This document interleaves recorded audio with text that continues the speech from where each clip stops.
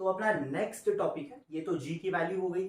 जी की वैल्यू हमें क्या मिली, जी की value milli ji is equal to G M upon r square. ठीक है, ये वैल्यू हमें मिली, एक्सेलरेशन ड्यू टू ग्रेविटी की वैल्यू मिल गई।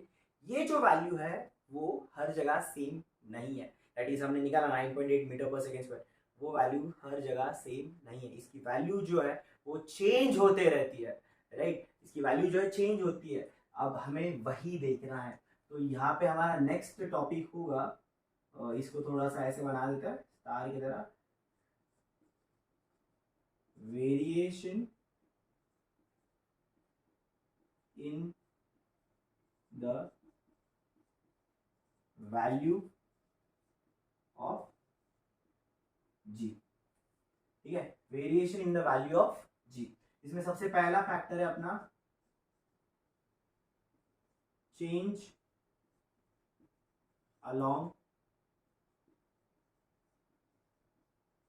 surface of earth, change along surface of earth. तो सबसे पहले सरफेस ऑफ अर्थ के अलॉन्ग कैसे चेंज होगा, तो हमें लगता है अर्थ स्फेरिकल शेप का है, बट वैसा वो है नहीं। अर्थ क्या है, गोल गोल घूम रहा है, जिसकी वजह से क्या है वो ऐसे बीच में से फूल गया है और ऊपर से दबा हुआ है, ओवल शेप का है।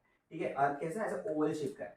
तो ये ड्यू टू इट्स रोटेशन अर्थ जो है हल्का सा बल्ज है, मतलब ना ऊपर से दबा हुआ है और बाजू से ना ऐसा फुला हुआ है, देख सकते हो बाजू से ऐसा फुला हुआ है, हल्का सा इसको थोड़ा और ऐसे फुला देते हैं, सही है। तो ये तो बाजू से ऐसे ये फुला हुआ है, ओके, ठीक है। चलो, तो ऊपर से दबा हुआ है, सेंटर तो ये है, सेंटर ये है। अब अगर हम इसकी रेडियस देखें तो यहां से ये जो रेडियस है और अगर मैं ये रेडियस लगा दूं तो आप क्लियरली देख सकते हो कि ये जो रेडियस है वो बड़ी है कंपेयर टू दिस रेडियस। तो ये अपना क्या होता है, यहाँ पे जो होता है इक्वेटर होता है, क्या होता है ये इक्वेटोरियल लाइन ना, और ये क्या होता है पोल होता है, ज्योग्राफी में पढ़ा हुआ है हमने। ये क्या होता है इक्वेटर, ये दो पोल्स है, ये अपना इक्वेटर है, ओके। तो आप देख सकते हो जो इक्वेटर है वहां पे रेडियस की वैल्यू ज्यादा है कंपेयर टू पोल पे। तो मैं यहाँ पे लिख सकता हूँ कि जो अपना रेडियस है इक्वेटर पे, E stands for equator, it is greater than radius of pole, right. Earth के केस में ये है, radius at equator is greater than radius at pole. तो अगर हम इस फॉर्मूला को ऑब्जर्व करें, ठीक है, G is equal to G M upon r square. G constant है, मास ऑफ द अर्थ भी कांस्टेंट है, बचा क्या आर की वैल्यू। तो अगर ऑब्जेक्ट सपोज यहाँ पे इक्वेटर पे, ऑब्जेक्ट इक्वेटर पे, तो अर्थ के सेंटर और ऑब्जेक्ट के बीच का जो डिस्टेंस है वो काफी ज्यादा बड़ा है, क्या है काफी ज्यादा बड़ा है।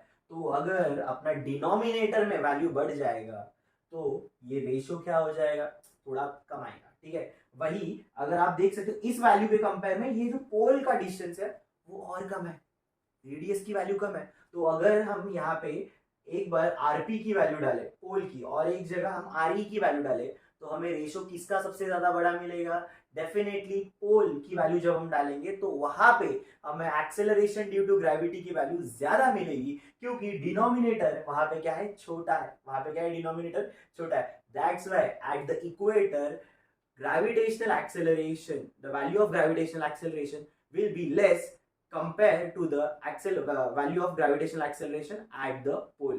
मतलब इक्वेटर पे एक्सेलरेशन ड्यू टू ग्रेविटी की वैल्यू कम होती है अगर हम उसी वैल्यू को कंपेयर करें विद द पोल। और वो क्यों होती है, बिकॉज वहां पे अपना जो डिस्टेंस है right from the centre of the to the pole वो क्या होता है कम होता है with compare to the equator. Okay, so I hope आपको ये समझ में आ गया होगा, change along the surface of earth.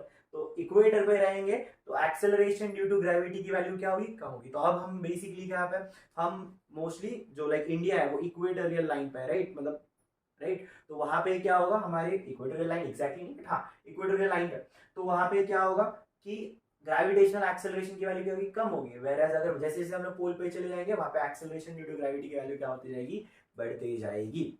Okay, so I hope आपको ये change along the surface of the अर्थ समझ में आ गया होगा।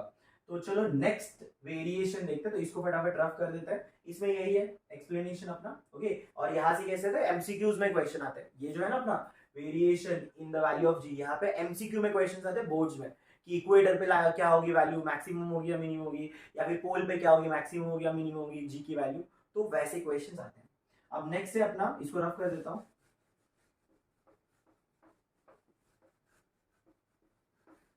नेक्स्ट है अपना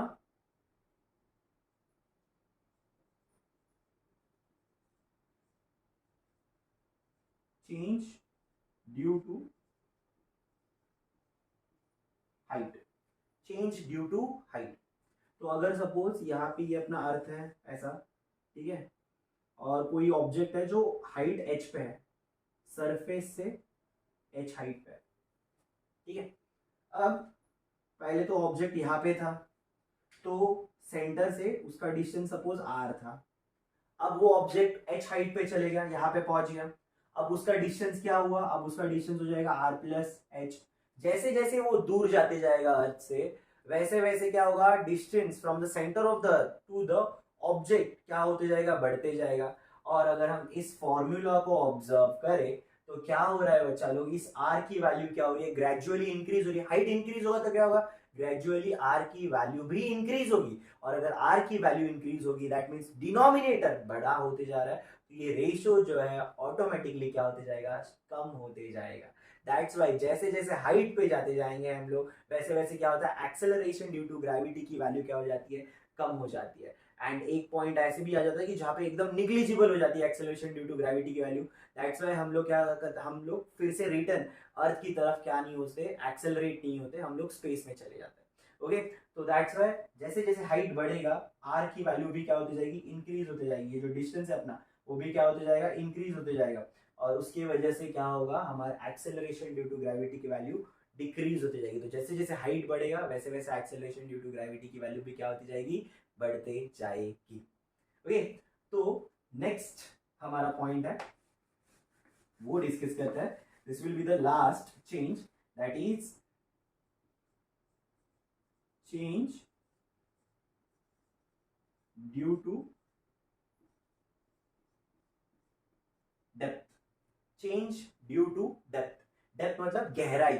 ओके, तो ये अपना अर्थ है और पहले ऑब्जेक्ट इधर था, सरफेस पे था, normal acceleration due to gravity की वैल्यू होगी इट इज 9.8। ओके, जैसे जैसे ऑब्जेक्ट अंदर आया, ठीक है, डेप्थ में आया, यहां पे पहुंचा, अब क्या हो गया, अब तो आर पहले ज्यादा था, बड़ा था, अब तो यहाँ पे आ गया ऑब्जेक्ट, तो अब इसका आर तो छोटा हो गया। तो आप बोलोगे सर आर तो छोटा हो गया, आर छोटा हो जाएगा तो डिनोमिनेटर की वैल्यू क्या हो जाएगी, छोटी हो जाएगी, तो इवेंचुअली क्या हो जाएगा, अपना एक्सेलरेशन ड्यू टू ग्रेविटी का वैल्यू बढ़ जाना चाहिए। बट वैसा नहीं होता बच्चों।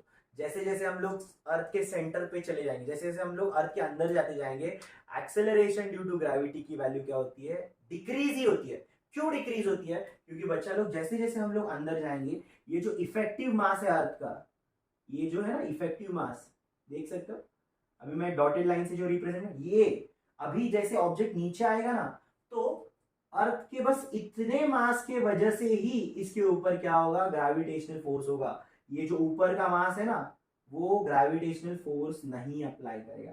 ऑब्जेक्ट पहले यहाँ पे था तो ये पूरा अर्थ का मास इस पे क्या कर रहा था, फोर्स अप्लाई कर रहा था। बट जैसे ही ये ऑब्जेक्ट अंदर आ जाएगा, थोड़ा सा डेप्थ में चले जाएगा, तो क्या होगा, जो मैंने डॉटेड लाइन से रिप्रेजेंट किया है, अर्थ का उतना ही मास उसके ऊपर क्या करेगा, फोर्स अप्लाई करेगा। और जैसे जैसे ये अंदर जाते जाएगा, अगर सपोज यहाँ पे आ गया ऑब्जेक्ट, तो फिर और मास क्या हो जाएगा, कम होते जाएगा, देख सकते हो, और मास कम होते जाएगा। दैट मीन्स रेडियस तो कम हो रहा है, नो डाउट, बट उसके साथ साथ जो इफेक्टिव मास है अर्थ का, जो फोर्स अप्लाई करने वाला है, ग्रेविटेशनल फोर्स अप्लाई करने वाला है उस ऑब्जेक्ट के ऊपर, वो भी क्या हो रहा है, रिड्यूस हो रहा है, वो भी क्या हो रहा है, रिड्यूस हो रहा है। जिसकी वजह से बच्चा लोग जहां पे हम लोग क्या देखते हैं, डेप्थ में जाते हैं, तो भी क्या होगा, वहां पे अर्थ एक्सेलरेशन ड्यू टू ग्रेविटी का, एक्सेलरेशन ड्यू टू ग्रेविटी का वैल्यू जो है वो क्या होगा, डिक्रीज होगा, क्या होगा, डिक्रीज होगा। ओके, सो आई होप आपको ये सारी चीजें, ये तीनों भी चेंजेस समझ में आ गए। सबसे पहले हमने क्या देखा, change along the surface of the earth,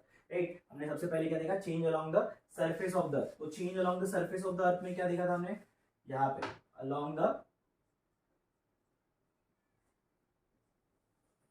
the surface, right, along the surface. तो यहाँ पे हमने दो चीजें देखी, एट इक्वेटर क्या होता है, वो इक्वेटर पे क्या होता है, मिनिमम, इक्वेटर पे क्या होता है, मिनिमम।